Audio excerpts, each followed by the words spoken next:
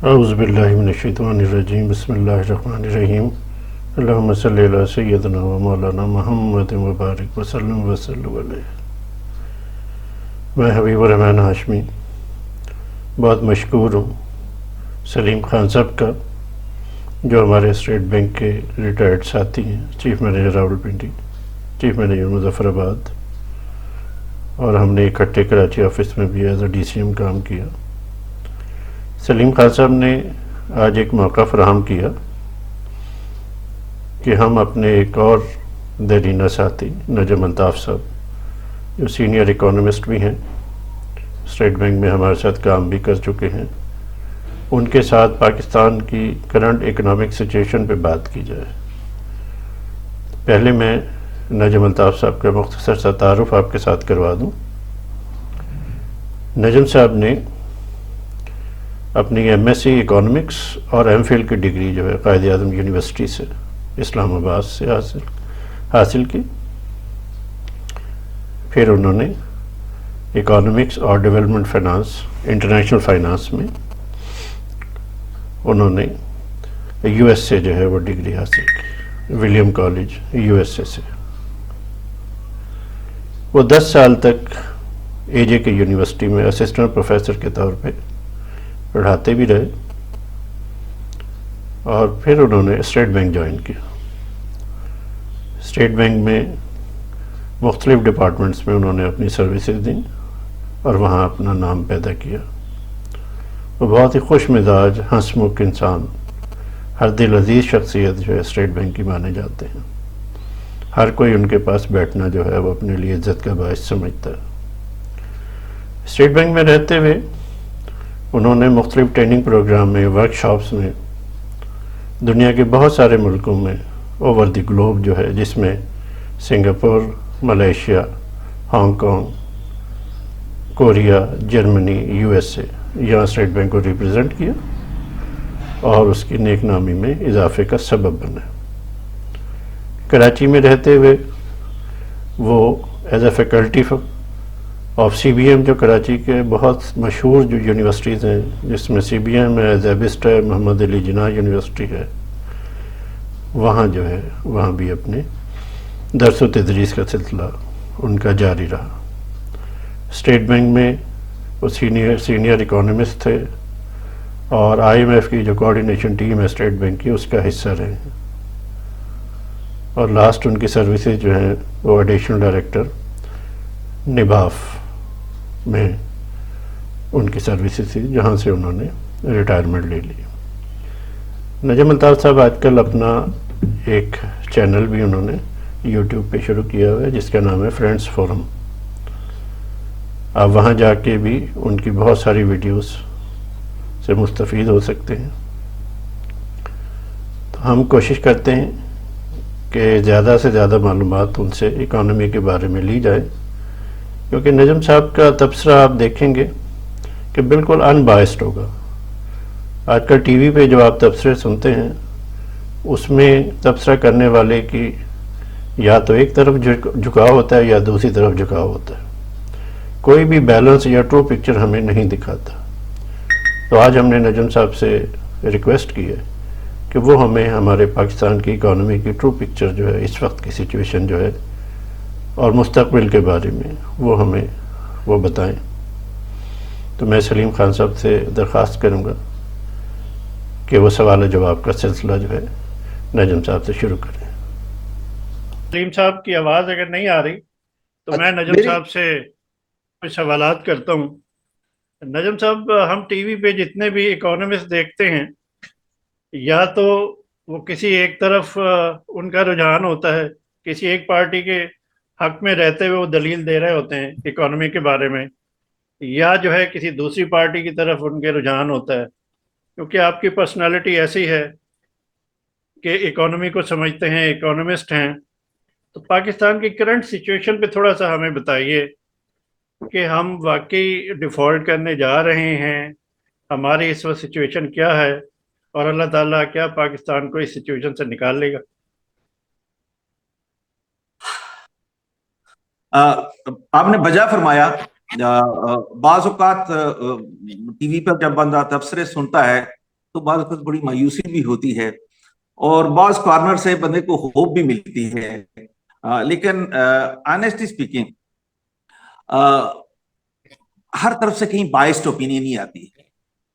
अब पाकिस्तान को लें या किसी भी मुल्क को ले लें, आशमी साहब, देखिए तीन पैरामीटर्स हैं जब जिस पे आप जो है वो चेक करते हैं कि कंट्री कहां पर जा रहा है, ठीक है। लेकिन अप फ्रंट मैं आपको बता दूं, अगर कोई कंट्री डिफॉल्ट भी करती है तो I think people should take it as a opportunity to learn and redress, अपने नंबर्स को रीअलाइन करने की कोशिश करें। तो वो एक इतना डरना नहीं चाहिए उस डिफॉल्ट से, क्योंकि हमने पार्शियली डिफॉल्ट किया था आई थिंक आफ्टर 9/11 के बाद, बल्कि जब उन्होंने अटॉमिक किया था उसके बाद भी पार्शियली हमने कुछ डिफॉल्ट किया था कुछ के ऊपर। तो वो जो 3 पैरामीटर्स हैं आशमी साहब, एक तो ये है कि रेटिंग एजेंसीज हैं, उन रेटिंग एजेंसीज की अगर रेटिंग्स देखेंगे तो वो कंट्रीज को रेट करते हैं डिफरेंट पैरामीटर्स के ऊपर, और रेटिंग स्टार्ट होती है ए से A+ और इस तरीके से नीचे B, C की तरफ आती है। इस वक्त अनफॉर्चुनेटली पाकिस्तान की जो रेटिंग है वो, चाहे मूडीज को ले ले, स्टैंडर्ड एंड पुअर को ले लें, तो वो कुछ CC की कैटेगरी के अंदर आ रहे हैं, तो ज्यादा अच्छे प्रॉस्पेक्ट्स नहीं है एज पर दैट। और उसकी एक वजह मैं आपको बता दूं कि ये जो रेटिंग्स हैं these are subject to IMF ratings.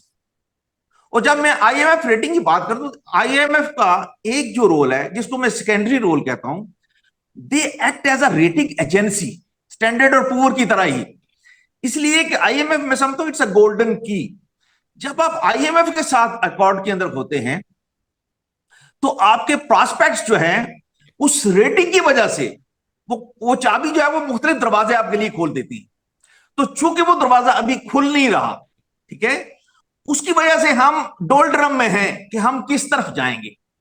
और दिस इज कंटेंजेंट अपॉन कि IMF के साथ हमारी डील किस नतीजे पे मंतकी इंजाम पर पहुंचे। और हमें ये अंडरस्टैंड करना चाहिए कि IMF का जो डिजोर रोल है वो तो अपनी जगह है, ठीक है, लेकिन डिफैक्टो IMF जो मेजर डोनर्स हैं उनके एजेंडे को भी कैरी फॉरवर्ड करता है, ठीक है। गिवन दिस बैकग्राउंड, चूंकि ये पॉलिटिकल ज्यादा है, इसमें इकोनॉमिक नंबर्स कम हैं, तो जो 7.7% स्टैंडर्ड है, इस नंबर के नीचे का ग्राउंड अराउंड जो इकोनॉमी होती है वो सस्टेनेबल है, उसके डिफॉल्ट का खतरा कम होता है, और फैक्टर भी उसके अंदर शामिल होते हैं। और पाकिस्तान का if I am not wrong तो तकरीबन आप 80% पे स्टैंड करते हैं, तो नंबर इतने बुरे नहीं है, ठीक है। मैं ऑनेस्टली स्पीकिंग ये फील करता हूं अगर IMF का अकॉर्ड आपका थ्रू हो जाता है, जो कि इंशाल्लाह हो जाएगा, ठीक है, मेरा ख्याल है हमारी मुल्क के जितने भी लोग हैं, चाहे वो अपोजिशन में है चाहे वो गवर्नमेंट में है, दे शुड यूनाइट देमसेल्फ, कम से कम इकोनॉमी के एजेंडे पे, IMF के अकॉर्ड के एजेंडे पे इसको इसको इसको पोलिटिसाइज नहीं करना चाहिए, ठीक है। तो इंशाल्लाह होप फॉर द बेस्ट, मैं समझता हूं कि पॉजिटिव चीजें हो जाएंगी। इसके नेगेटिव भी बातें, let's stay to the positive side. आप मुझे सुन रहे हैं? मेरी आवाज आ रही है? जी जी जी, प्लीज प्लीज। जी जी। अच्छा सर, एक जो जिमनी सवाल जो पहले मैंने करना था वो ये है कि आपने 10 गोल्डन ईयर्स प्रैक्टिकल लाइफ के यूनिवर्सिटी को दिए, आफ्टरवर्ड्स आप सेंट्रल बैंक में रहे। दोनों इदारों का जो एक्सपीरियंस है उसकी कोई एक एक चीज या उनकी जो है कोई यूनिक चीज हमारे साथ और जो हमारे बाद में देखने वाले जो साथी हैं, जो नाजरीन है, उनके साथ शेयर करें। क्या इन दोनों की तो इदारे जो है, दो मुख्तलिफ इदारे हैं। ये जो इदारों का डिफरेंस है, जब मैं यूनिवर्सिटी में पढ़ाता था तो यूनिवर्सिटी का जाहिर है आपको पता है ऑब्जेक्टिव की रोल क्या है, आपने एजुकेशन फराहम करनी है लोगों को, ठीक है। और एजुकेशनल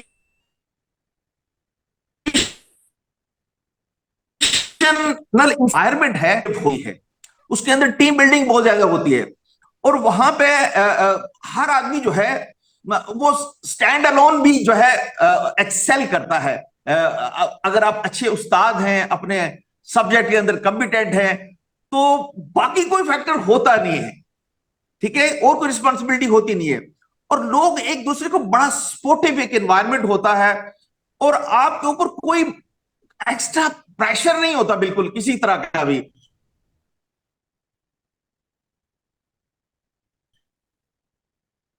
लोग सपोर्टिव एटीट्यूड होता नहीं है, लेकिन उसके मुकाबले के अंदर जब हम जैसे अदारे की बड़ा एक एपिक्स इंस्टीट्यूशन है, उसकी रिक्वायरमेंट और डायनेमिक्स डिफरेंट है, एक हायरार्किकल स्ट्रक्चर है, और फिर एक आप एक इवन जो है फ्रेम के अंदर आप काम, निभाव के अंदर आप काम कर रहे हैं, आप कुछ करना चाहते हैं, कोई हट के कुछ चीज करना चाहते हैं, आप बात करते हैं, एमडी कहते नहीं यार ये हमारे प्रोव्यू में नहीं आता, ठीक है। तो स्टेट बैंक के अंदर जो मैंने देखी वो ये है कि आपके पास वैरायटी ऑफ चैलेंजेस है, जबकि यूनिवर्सिटी के अंदर आप सिर्फ पढ़ा रहे होते हैं, वो एक एकेडमिक फील्ड है, लेकिन स्टेट बैंक एक प्रैक्टिकल फील्ड के अंदर है, डिफरेंट उसकी डायमेंशन है जिसके ऊपर आप काम कर रहे हैं। यानी जहां आप टेक्निकल अपनी स्किल्स को मैनिफेस्ट करते हैं, वहां पर आपको इंटरपर्सनल स्किल्स का आपको खुद अंदाजा है कि वो कितनी एसेंशियल है, क्योंकि पीपल मैनेजमेंट जो हमने स्टेट बैंक के अंदर सीखी वो किसी और जगह हम सीख सकते। दोनों जगह के कुछ लीडर्स की थोड़ी सी बात आपको मैं शेयर करना चलूं। दो नाम यूनिवर्सिटी के पॉइंट ऑफ व्यू से मेरे इमीडिएट बॉस कह ले, बॉस तो थे ही नहीं कभी, क्योंकि यूनिवर्सिटी में कोई बॉस होता नहीं था, डॉक्टर खैरात चौधरी साहब, वो वाइस चांसलर भी रहे आजाद कश्मीर यूनिवर्सिटी, और वो पीएचडी थे लंदन से, बड़े पढ़े लिखे आदमी थे और बहुत ही हम्बल आदमी थे। मुझे याद है कि एक दफा चक्कर लगा ले, आप जरा देखेंगे कि मैं वहां पर क्या करता हूं, तो आप खुद देखेंगे तो आपको अंदाजा हो जाएगा। तो वो जो ट्रस्ट का कल्चर मैंने यूनिवर्सिटी के अंदर देखा, वो खैरात चौधरी साहब की शक्ल के अंदर देखा, और वहां पर एक जो दूसरी चीज जो मुझे वहां पर नजर आई कि वहां पर आपको हमारा अपना एक्चुअली एक एनुअल रसाला भी निकलता था, उसके अंदर मुझे याद है कि हमने बहुत सीखा। खैरात चौधरी साहब from updating to script writing, वो हमारी पूरी टीम को बिठाते थे और हमारी लर्निंग करते थे। तो ये एक बड़ी अच्छी इन्वायरमेंट खैरात चौधरी साहब की शक्ल के अंदर वहां पर देखी। फिर और भी बहुत सारे दोस्त हैं जिनका नाम ले, सैयद नसार हुसैन हमदानी साहब का जिक्र किया जा सकता है, बड़े जबरदस्त दोस्त थे, बड़ा इंकरेज किया। मुझे याद है कि मैं जिस दिन मेरा पहला लेक्चर था, मुझे जाना था, तो मैं और नसार एक्चुअली यूनिवर्सिटी फेलो भी हैं, वो मुझसे 1 साल सीनियर थे। तो मैं जब जाने लगा पहले लेक्चर के लिए, तो उन्होंने मुझे एस्कॉर्ट किया, हम दोनों गए वहां पर, उन्होंने मेरा इंट्रोडक्शन कहा। तो ऑनेस्टली स्पीकिंग जब मैं वहां पर फ्लोर पे खड़ा था, तो मेरी टांगें कांप रही थी। पहला दिन था, मैंने कहा यार किस तरीके से इतने, क्योंकि मेरी उम्र के लड़के जो है वो 80-90 मेरे सामने बैठे हुए थे, लड़के और लड़कियां। लेकिन जब मैंने नसार साहब को देखा गुफ्तगू करते हुए, तो मैंने हौसला पकड़ा, मैंने कहा यार ये मेरा साथी है, अगर ये कर सकता है तो मैं क्यों नहीं कर सकता। सो इस तरीके से आप दूसरों से लर्न करते हैं। आप स्टेट बैंक के अंदर विलियम्स कॉलेज में आए, अपने बच्चे साथ, अपनी बीवी के साथ, उन्होंने मेरे साथ वहां पे मुलाकात की, मेरे बारे में उन्होंने पूछा कोई मसला तो नहीं है ये वो।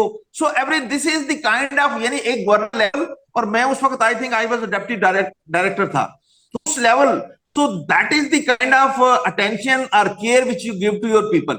तो ये एक मैंने चीज सीखी है कि केयर लोग हर लेवल पे थे स्टेट बैंक के अंदर, तो I think that was great. जी सलीम साहब। अच्छा, ये तो आपने बता ही दिया।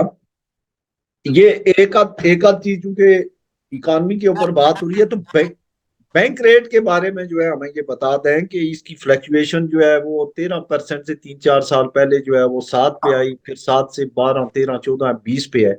तो हमारे जो देखने वाले हैं, सुनने वाले हैं, उन्हें इस बारे में थोड़ा सा, इसकी जो है क्या साइंस है, क्या डायनामिक्स है, थोड़ी सी मुख्तसर वो बयान करें।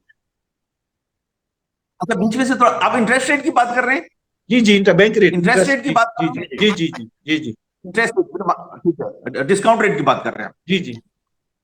देखिए, पहले तो बात याद रखिए कि हम जिस दुनिया में रह रहे हैं, ये प्योरली नंबर्स की दुनिया नहीं है, ठीक है। इसके अंदर इट्स अ पॉलिटिकल इकोनॉमिक्स, बहुत सारे फैक्टर्स होते हैं। मेरे लिए दिल पे हाथ रख के मैं अगर आपसे पूछता हूं, यार इंटरेस्ट रेट इतना होना चाहिए, इतना वोलेट, और ऑब्जेक्टिव क्या है आपका? ऑब्जेक्टिव यह कि इन्फ्लेशन कंट्रोल हो जाए, नंबर वन। नंबर टू, आप कहते हैं एक्सचेंज रेट थोड़ा सा स्टेबल हो जाए। दो ऑब्जेक्टिव्स हैं जिसको आप अचीव करना चाह रहे हो, लेकिन उसके नतीजे में आप देखिएगा कि हमने आउटकम हासिल क्या किया है। क्या एक्सचेंज रेट स्टेबल हो गया? क्या मुल्क के अंदर इन्फ्लेशन कंट्रोल हो गया? Answer will be no. हम लाइज समवेयर एल्स। और इंटरेस्ट रेट जब इंक्रीज करते हैं तो आप देखिए कि कोई भी, चाहे लोकल इन्वेस्टमेंट हो चाहे वो फॉरेन इन्वेस्टमेंट हो, वो वोलेटाइल इन्वायरमेंट के अंदर कभी भी किसी मुल्क के अंदर नहीं आती। इसलिए investment is a it's a irreversible activity. इसमें संक कास्ट इन्वॉल्व होती है। तो कोई भी इन्वेस्टर वोलेटाइल इन्वायरमेंट के अंदर कभी किसी मुल्क के अंदर इन्वेस्टमेंट नहीं करता। तो उसके नतीजे में क्या होगा? हम एक टर्म यूज करते हैं, हम उसे कहते हैं स्टैगफ्लेशन। स्टैगफ्लेशन क्या है कि जब आप tight monetary policy, interest rate environment, उसके नतीजे के अंदर ना सिर्फ आपके मुल्क के अंदर इन्फ्लेशन बढ़ता है बल्कि अनएम्प्लॉयमेंट भी बढ़ती है।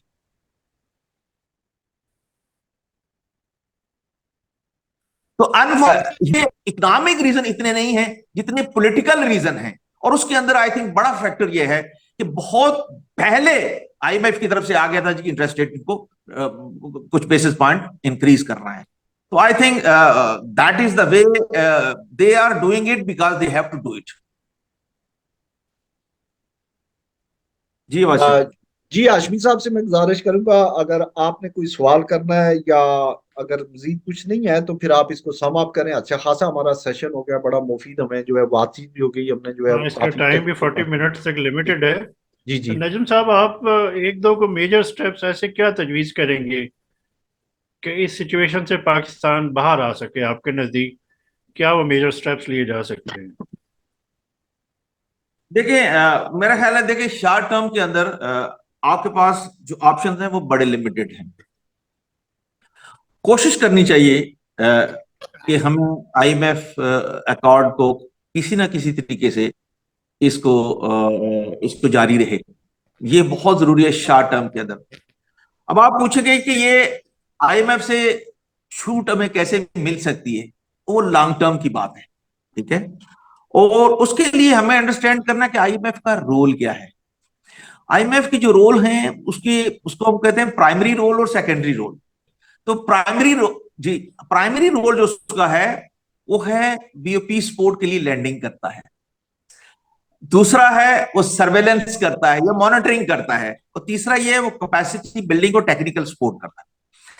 अब ये जो तीन रोल हैं, लॉन्ग रन के अंदर हमें क्या स्ट्रेटजी बनानी है कि हमारा बैलेंस ऑफ पेमेंट की सपोर्ट्स हमें ना मिले, हमें जरूरत ना पड़े एक्सटर्नल। तो जाहिर है आपको सरप्लस जनरेट करना है। अगर सरप्लस आप जनरेट नहीं कर सकते तो उसकी जो कास्ट है वो एक्सचेंज रेट डेप्रिसिएशन की शक्ल में, you got to be ready for that for time being, वो जरूरी है। दूसरा ये है कि वो जो सर्वेलेंस करनी है तो central bank has to play the leading role. क्योंकि ऑनेस्टली स्पीकिंग मैं फील करता हूं कि कुछ एरियाज हैं जहां पर सेंट्रल बैंक को स्पेसिफिकली फॉरेन एक्सचेंज मार्केट के अंदर, इसी तरीके से कमर्शियल बैंक्स की के अंदर state bank have to be थोड़ा सा उसको जो ना प्रोएक्टिवली बहुत ही एक्टिव होना पड़ेगा। मसलन देखिए ना, हमारे यहाँ पाकिस्तान के अंदर अगर आप देखें कमर्शियल बैंकिंग के अंदर, तो आप वेज देखें डिपॉजिट रेट के अंदर और लैंडिंग रेट के अंदर। और ये जो वेज है that is indicative of the factor कि मुल्क की फाइनेंशियल सिस्टम कितना कंपेटिटिव है। और ये जो नंबर है डबल डिजिट के अंदर है। तो इतना फर्क दुनिया में कहीं भी नहीं होता, ठीक है। दूसरा ये है कि हम रोज सुनते हैं, देखें सुनते थे जी एक्सचेंज रेट जो है आप 150 पे ले जाएंगे तो आपके मसले हल हो जाएंगे, 200 पे ले जाएंगे तो मसले हल हो जाएंगे, 280 पे ले जाएंगे तो मसले हल हो जाएंगे, 290 पे ले जाएंगे तो मसले हल हो जाएंगे, 300 पे ले जाएंगे तो मसले हल हो जाएंगे। भाई मसला तो तब होगा जब आपके फंडामेंटल फैक्टर जो है वो मार्केट रिलेटेड है। अगर फंडामेंटल फैक्टर आपके मार्केट रिलेटेड नहीं है तो आप एक्सचेंज रेट को कहीं भी ले जाएं, ठीक है, तो आपके मसले का हल होने वाला नहीं है। जब आप ये खबर सुनते हैं कि जी आज इतनी करेंसी स्मगल होके एक पूरा मुल्क जो है हमारे फॉरेन अर्निंग पे पल रहा है, ठीक है, और करेंसी स्मगल हो रही है आपके अंदर, मुल्क के अंदर इस वक्त, ऑनेस्टली स्पीकिंग, आप जरा देखें कि जो मार्जिन कमर्शियल बैंक यूज कर रहे हैं फॉरेन ट्रांजैक्शन के ऊपर, और इसी तरीके से हमारे जो एक्सचेंज कंपनी जो मार्जिन यूज कर रही हैं वो बहुत ज्यादा हाई है। तो state bank has to, I think, अपने आप को थोड़ा सा ज्यादा विजिलेंट बनाना है इस साइड के ऊपर। State bank has to be active on those fronts. नहीं, नजम साहब आपने वजह फरमाया, और आखिर जो पॉइंट आपने किया कि हम पड़ोसी मुल्क में हमारे बहुत ज़्यादा हमारी करेंसी फॉरेन एक्सचेंज की स्मगलिंग हो रही है। तो कल ही मुझे मेडिसिन से रिलेटेड कुछ शख्स मिले, तो वो कहने लगे कि हमें फ़र्क नहीं पड़ा, हम जो है पाकिस्तान से हमें बैन हो गया इंपोर्ट करना, तो हम जो है वो सारा साथ वाले मुल्क के ज़रिए हम कर रहे हैं, वहाँ हम डॉलर भेज देते हैं और वहाँ से हमारा रॉ मटेरियल सारा वो आ जाता है। आपने बिल्कुल कहा कि अर्निंग हमारी है, लेकिन जो है हम मजबूर हैं कि बहुत ज़्यादा ज़ाहिर है बरादराना ताल्लुकात भी होते हैं, फिर पॉलिटिकल इश्यूज भी होते हैं कि हम बहुत ज़्यादा इस पर कंट्रोल हमें करना चाहिए, हमारी इकोनॉमी फर्स्ट प्रायोरिटी भी होनी चाहिए। सर बहुत दिलचस्प मौजू था, सीखने को हमें बहुत कुछ मिला, हमारे जो नाजरीन हैं उन्हें भी बहुत कुछ इससे सीखने का मौका मिला, लेकिन वक्त की किल्लत जो है हमें प्रोग्राम वाइंड अप करने की तरफ बार बार जो है वो टाइम मुझे दिखा रहा है कि 4 मिनट रह गए। सर हम आपके बहुत मशकूर हैं कि आपने अपने कीमती वक्त में से जो है हमारे लिए कुछ वक्त निकाला। उम्मीद करते हैं कि हम ऐसे और सेशन भी जो है मुस्तकबिल में जारी रखेंगे।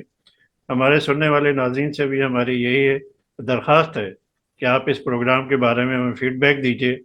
आप इकोनॉमी के बारे में, स्टेट बैंक के बारे में कुछ और अगर आप जानना चाहते हैं, तो सलीम साहब भी स्टेट बैंक की बहुत मारूफ तरीन शख्सियात में से हैं। नजम साहब तो नो डाउट कि ये बहुत सब लोगों की पसंदीदा तरीन शख्सियत में से थी, अपने पोस्टर की वजह से, अपने बिहेवियर की वजह से। तो आखिर में मेरी दरख्वास्त ये है कि हम तीनों का एक एक चैनल है, नजम साहब का फ्रेंड्स फोरम है, वहाँ आप जाइए, विजिट कीजिए, आपको बहुत सारी ऐसी जो है आईए पे भी मिलेंगी आपको, या आपने बहुत सारे मौज़ूआत वहाँ आपको जो है वो मिलेंगे डिफरेंट किस्म के इकोनॉमी के अलावा जो आपके इंटरेस्ट की हैं।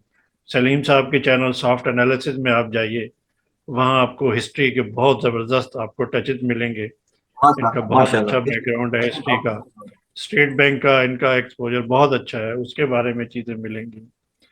मेरे चैनल पे आपको सॉफ्ट स्किल्स और आईटी स्किल्स के बारे में होगा, तो अगर आपको पसंद आए तो आप हमारे तीनों के चैनल सब्सक्राइब भी कीजिए, उसे आगे भी बढ़ाइए, तब इंशाअल्लाह इस सिलसिले अल्लाह हमारा आपका हामी नासिर। अल्लाह हाफिज। Thank you doctor, so nice, thank you. बेटी अच्छा।